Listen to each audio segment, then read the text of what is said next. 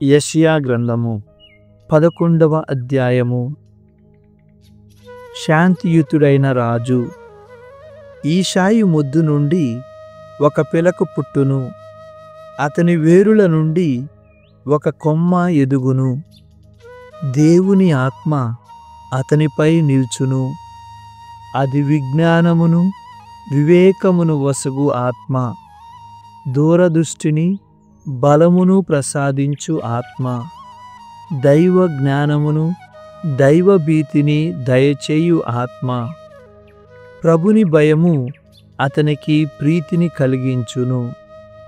అతడు వెలుపలకి కనిపించు తీరును బట్టి గాని, అన్యులు చెప్పెడు మాటలను బట్టి గాని నిర్ణయములు చేయడు.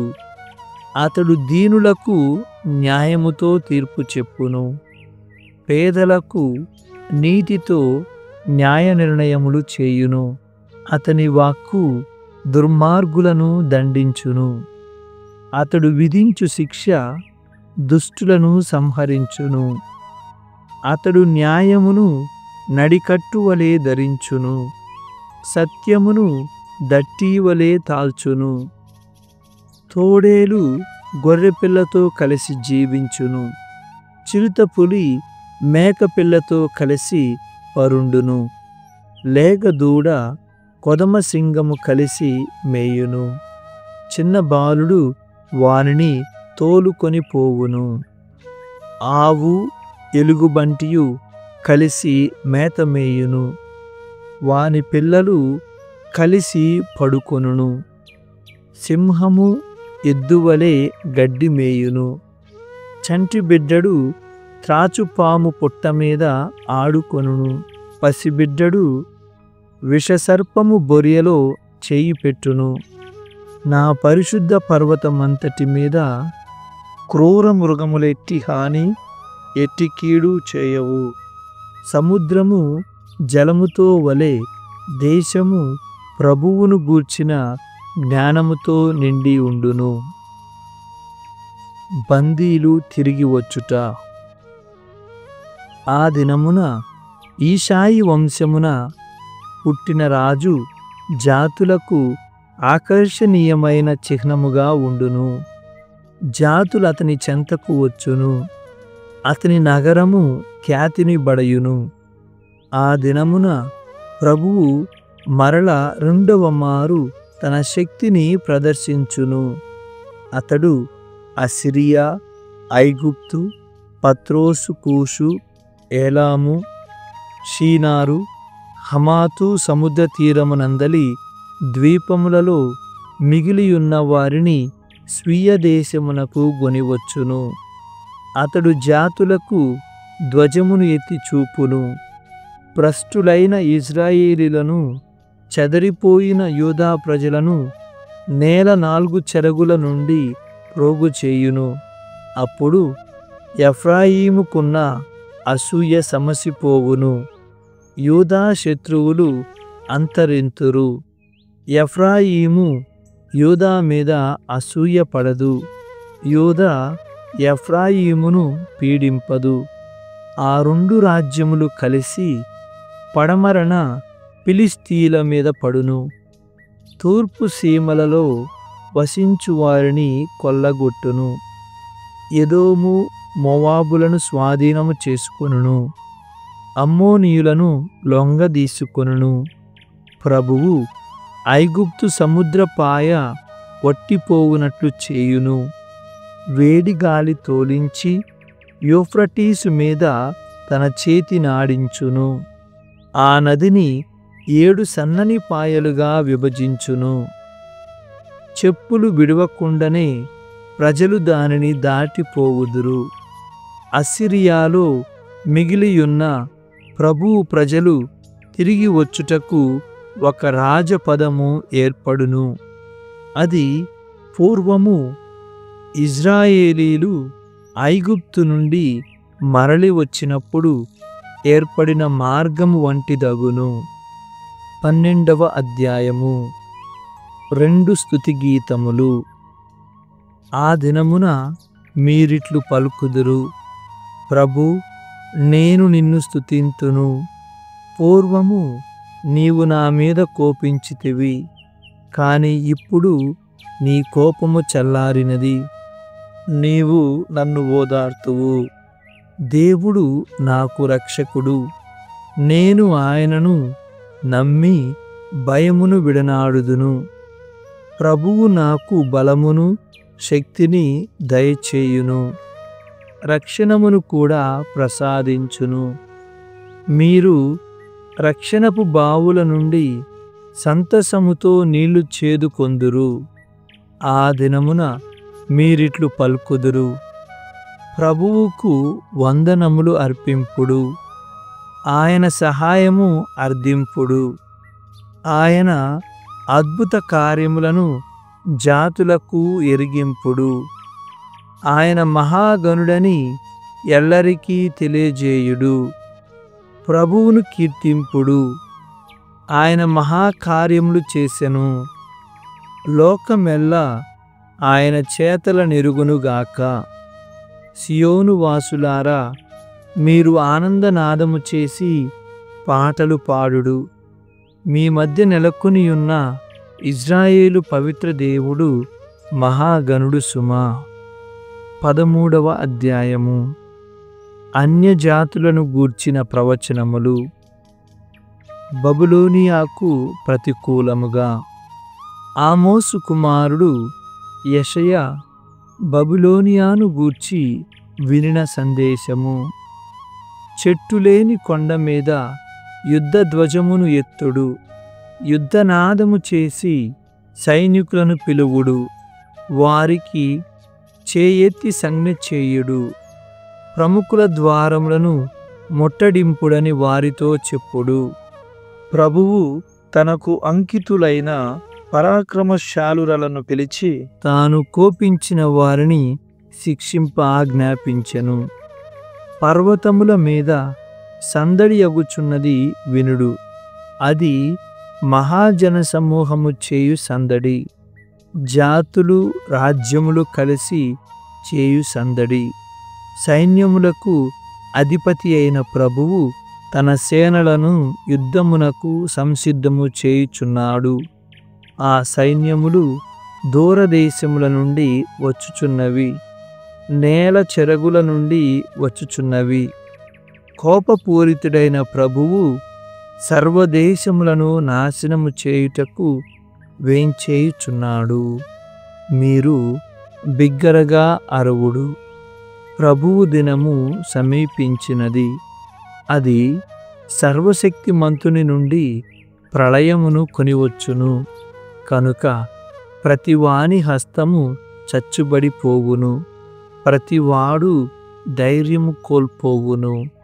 ఎల్లరూ భయకంపితులై బాధకు దుఃఖముకు గురియగుదురు. ప్రసవ వేదన అనుభవించు స్త్రీ వలె వేదన నొందుదురు. భయముతో ఒకరి వైపొకరు చూతురు. ఎల్లరి మోములు సిగ్గుతో వాడిపోవును. ప్రభువు రోజు వచ్చుచున్నది. అది అతని కోపమును రౌద్రమును కొనివచ్చు క్రూర దినము. అది నేలను ఎడారి చేయును. పాపులను వేరంట పెళ్లగించును. చుక్కలు నక్షత్ర రాశులు ప్రకాశింపవు. సూర్యుడు ఉదయింపగనే చీకట్లు క్రమ్ముకొనును. చంద్రుడు వెలుగునీయడు. ప్రభువు ఇట్లనుచున్నాడు, నేను లోకము దుష్టత్వమునకు దానిని దండింతును. దుర్మార్గుల పాపములకు వారిని శిక్షింతును. నేను గర్వాత్ముల పొగరు అణగింతును. క్రూరులైన అధిపతుల అహంకారమును అణగద్రొక్కుదును. నరులు మేలిమి బంగారము కంటే అరుదగుదురు. శ్రేష్టమైన ఒఫీరు సువర్ణము కంటే పలుచనగుదురు. సర్వశక్తిమంతుడనైన నేను ఆ రోజు నా ఆగ్రహము ప్రదర్శించి ఆకాశము కనిపించునట్లు చేసెదను. నేల తావుదప్పునట్లు చేసెదను. అప్పుడు వేటగాని నుండి పారిపోగు లేడి వలె, కాపరి లేని గొర్రెల వలె ప్రతివాడు తన దేశమునకు పారిపోవును, సొంత జనుల యొద్దకు పరుగెత్తును. శత్రువులకు చిక్కిన వారందరూ చత్తురు, వారికి దొరికిన వారందరూ కత్తివాత బడుదురు. ఆ ప్రజలు చూచుచుండగని విరోధులు వారి శిశువులను చితుకగొట్టుదురు, వారి ఇండ్లను కొల్లగొట్టుదురు, వారి భార్యలను చెరతురు. ఇదిగో, నేను మాదీయులను వారి మీదకు పురికొల్పుచున్నాను.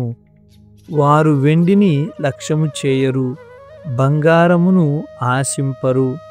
వారు విల్లమ్ములతో యువకులను వధింతురు, చంటి బిడ్డలను కరుణింపరు. గర్భఫలముల చూచి జాలి చెందరు. బబిలోనియా రాజ్యములలోనెల్లా శ్రేష్టమైనది. కల్దీయులకు అలంకారమును గర్వకారణమునైనది. కాని ప్రభువునైన నేను సొదొమ గొమొర్రాల వలె దానిని కూడా కూలద్రోయుదును. ఇక మీదట అచట ఎవడు ఎప్పటికీ వసింపడు. దేశదిమ్మరులైన అరబ్బులు అచట గుడారములు పన్నుకొనరు. కాపరులు అచట గొర్రెలు మేపుకొనరు. అచట ఎడారి మృగములు వసించును, గుడ్లగూబలు గూళ్ళు కట్టుకొనును, నిప్పుకోళ్ళు బ్రతుకును, మేకదయ్యములు తిరుగాడును. ఆ నగరపు మేడలు గోపురములు నక్కల కూతలతో, దుమ్ముల గొండుల అరుపులతో మారుమ్రోగును. దాని వినాశన కాలము ఆసన్నమైనది, అది ఇంకెన్ని రోజులో మనజాలదు. తోబీతు గ్రంథము 13వ అధ్యాయము. యెరూషలేము. అప్పుడు తోబీతు ఇట్లు ప్రార్థించెను: నిత్యుడైన ప్రభువునకు కీర్తి కలుగునుగాక. అతడు ఎల్లకాలము పరిపాలనము చేయును. అతడు నరులను శిక్షించును, మరలా వారిని కరుణించును. నరులను పాతాళమునకు అనగద్రొక్కును, మరల వారిని అచ్చట నుండి పైకి కొని వచ్చును. అతని నుండి తప్పించుకొని వాడెవడనూ లేడు. ఇశ్రాయేలీయులారా, ప్రభువు మిమ్ము ప్రవాసమునకు పంపిన జాతుల మధ్య నుండియే మీరతనిని సన్నుతింపుడు. ఈ ప్రవాసమునందు కూడా ప్రభువు తన మహాత్యమును ప్రదర్శించెను. బ్రతికియున్న వారికందరికీ మీరతని స్తుతులు వినిపింపుడు. ఎల్లకాలం అతడు మనకు యజమానుడు, మనకు దేవుడు, జనకుడు కూడా. అతడు మీ దుర్వర్తనమునకు మిమ్ము శిక్షించినను, మిమ్ము మరలా కరుణతో ఆదరించును. మీరు చెల్లా చెదురయ్యున్న అన్య జాతుల నడుమ నుండి మిమ్ము మరల స్వదేశమునకు కొనిపోవును. మీరు పూర్ణ హృదయముతో ప్రభువును ఆశ్రయించి చిత్తశుద్ధితో అతనికి విధేయులు కండు. అప్పుడు అతడు మీ నుండి మొగము మరల్చుకొనక మిమ్ము ఆదుకొనుటకు సంసిద్ధుడగును. ప్రభువు మీకు చేసిన ఉపకారములకు కాను అతనికి వందనములు అర్పింపుడు. న్యాయమును జరిగించు ప్రభువును కీర్తింపుడు. శాశ్వతుడైన రాజును వినతింపుడు. నా మట్టుకు నేనీ ప్రవాస భూమి నుండి ప్రభువును స్తుతించెదను. పాపపు జాతి అయిన ఈ ప్రజకు అతని మహాశక్తి నెరిగించెదను. పాపాత్ములారా, మీరు దుష్కార్యములను విడనాడి ప్రభువునకు ప్రీతి కలిగించు పనులు చేయుడు. అప్పుడు అతడు మీపై కరుణబూని మిమ్ము దయతో మనచునేమో. నా మట్టుకు నేను ప్రభువును కీర్తింతును. స్వర్గాధిపతి అయిన రాజును తలంచుకొని ఆనందింతును. ఎల్లరును అతని మహాత్యమును వచింతురుగాక. యెరూషలేములో ఆ ప్రభువును కీర్తింతురుగాక. పవిత్ర నగరమైన యెరూషలేమా, నీ ప్రజల దుష్కార్యములకు కాను ప్రభువు నిన్ను శిక్షించెను. కాని సద్వర్తనులనందరినీ అతడు కరుణించును. ప్రభువు మంచివాడు కనుక అతనిని స్తుతింపుడు. శాశ్వతుడైన రాజును వందింపుడు. యెరూషలేము, నీ దేవాలయమును పునర్నిర్మింతురు. నీ పౌరులు ప్రమోదము చెందుదురు. ప్రవాసమునకు పోయిన నీ ప్రజలను ప్రభువు ఆనందభరితులను చెయ్యును. వ్యధలను అనుభవించు నీ ప్రజలను ప్రభువు కలకాలము వరకును ఆదరించును.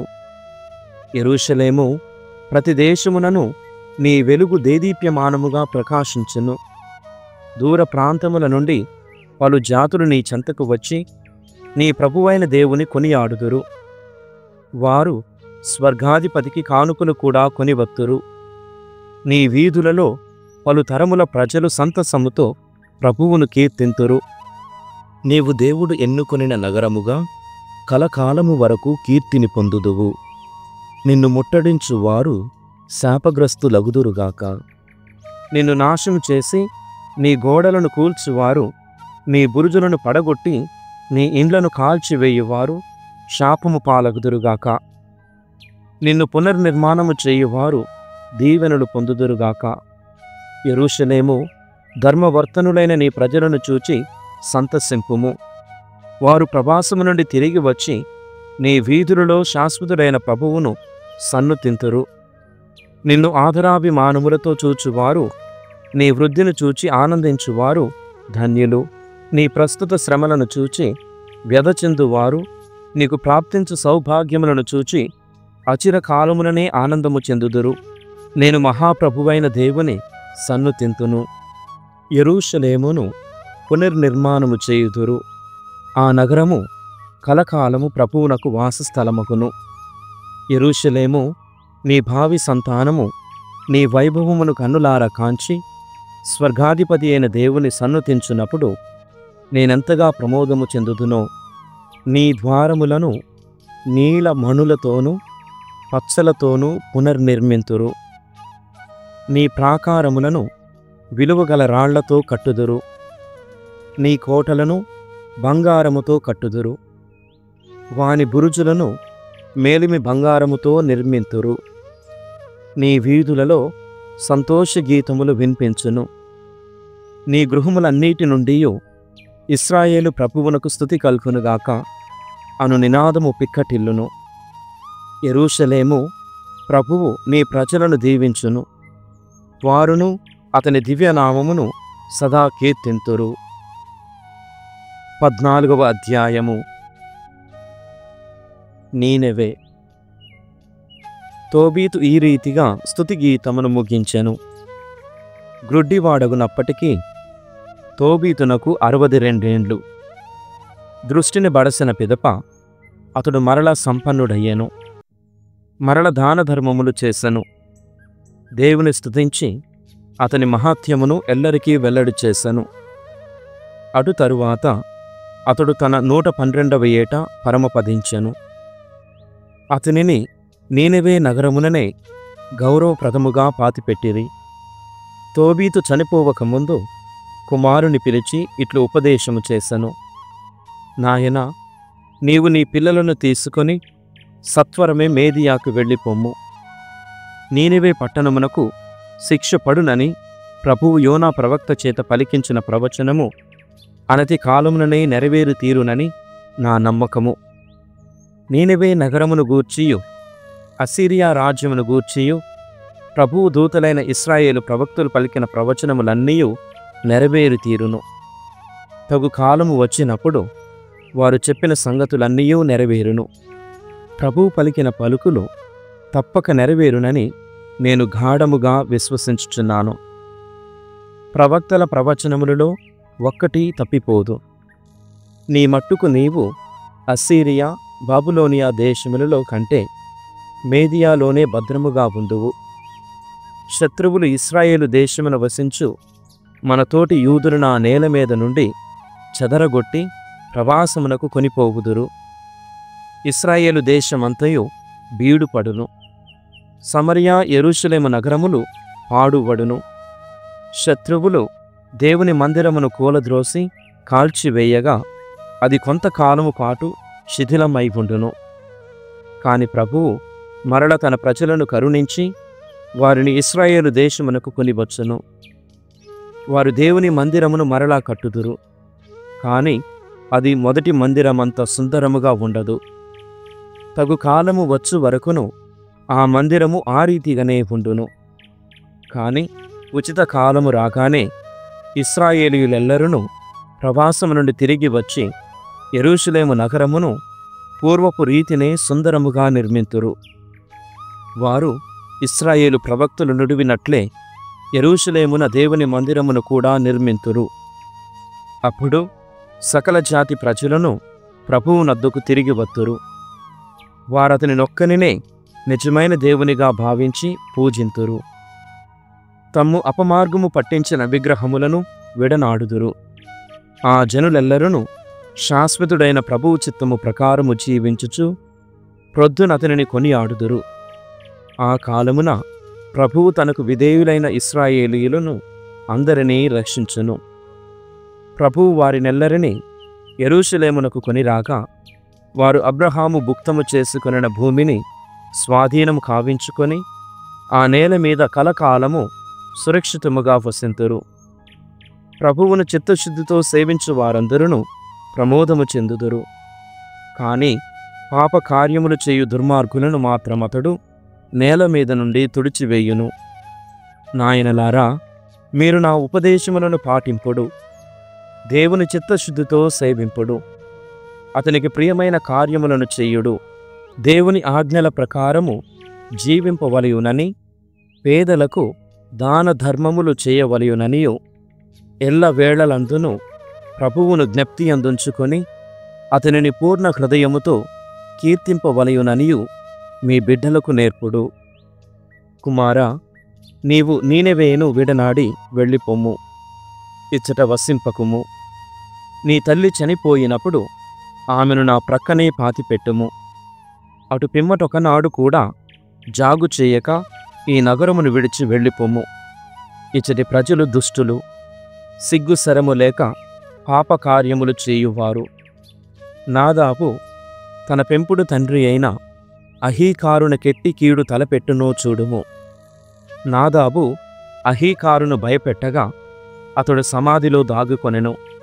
అయినను అహీకారు సమాధి నుండి వెలుపలికి వచ్చి మరల వెలుగును చూసెను. కాని అహీకారును చంప యత్నించినందులకు కాను దేవుడు నాదాబుని నిత్యాంధకారములోనికి త్రోసివేశను. అహీకారు దానధర్మములు చేసెను కనుకనే అతడు నాదాబు పన్నిన మృత్యుపాశములలో తగులుకొనలేదు. కాని నాదాబు తాను పన్నిన ఉచ్చులలో తానే తగులుకొని నాశమయ్యను. దీనిని బట్టియే దానము చేయుట వలన కలుగు మేలెట్టిదియో, కీడు తలపెట్టుట వలన కలుగు వినాశమెట్టిదియో గుర్తింపుడు. ఇతరులకు కీడు చేయుట వలన చావు మూడును. నాయనా, ఇక నా బలము సన్నగిల్లిపోవుచున్నది. అంతట వారు తోబీతును పడక మీద పరుండబెట్టగా అతడు కన్ను మూసెను. వారతనిని గౌరవ మర్యాదలతో పాతిపెట్టిరి. తరువాత తల్లి చనిపోగా తోబియా ఆమెను తండ్రి ప్రక్కనే పాతిపెట్టెను. తదనంతరమతడు భార్యతోనూ పిల్లలతోనూ మేదియా దేశములోని ఎగ్బటానాకు వెళ్ళి అతడు తన మామయైన రఘువేలనింట వసించెను. అతడు వృద్ధులైన తన అత్త మామలను మిగుల గౌరవముతో చూసుకొనెను. ఆ వృద్ధులు చనిపోయినప్పుడు వారిని ఎగ్బటానాలోనే పాతిపెట్టెను. తోబియా తండ్రి ఆస్తికి వలె మామ ఆస్తికిని వారసుడయ్యను. అతడెల్లరి మన్నలకును పాత్రుడై 127 వరకును జీవించి తనువు చాలించెను. తాను చనిపోకముందు నీనెవే నాశమగుటను గూర్చియు మేదియా రాజుగు సియాఖరు నినెవే పౌరులను బందీలనుగా కొనిపోవుటను గూర్చియు వినెను. ప్రభువు అస్సిరియా రాజు నెబ్కద్నెజరును అతని ప్రజలను నీనెవే పౌరులను శిక్షించినందులకు కాను అతనిని స్తుతించెను. తోబియా చనిపోవకముందు నీనెవే నగరమునకు పట్టిన దుర్గతిని చూచి సంతసించి నిత్యుడైన దేవునికి వందనములర్పించెను. సామెతల గ్రంథము 10వ అధ్యాయము. తెలివిగల వారి మాటలలో విజ్ఞానము ఉట్టిపడును, కాని మూర్ఖుని వీపు కర్ర దెబ్బలకు గురియగును. వివేకి జ్ఞానమును కూడబెట్టుకొనును, కాని అవివేకి తన మాటల వలననే వినాశము తెచ్చుకొనును. ధనవంతుని సంపద అతనిని సంరక్షించును, పేదవాని లేమి అతనిని కృంగదీయును. సత్కార్యములు చేసినందుకు ప్రతిఫలము జీవనము, దుష్కార్యములు చేసినందుకు ప్రతిఫలము వినాశము. దిద్దుబాటునకు లొంగువాడు జీవన పదమును నడుచును, మందలింపులను లక్ష్యము చేయని వాడు అపమార్గము పట్టును.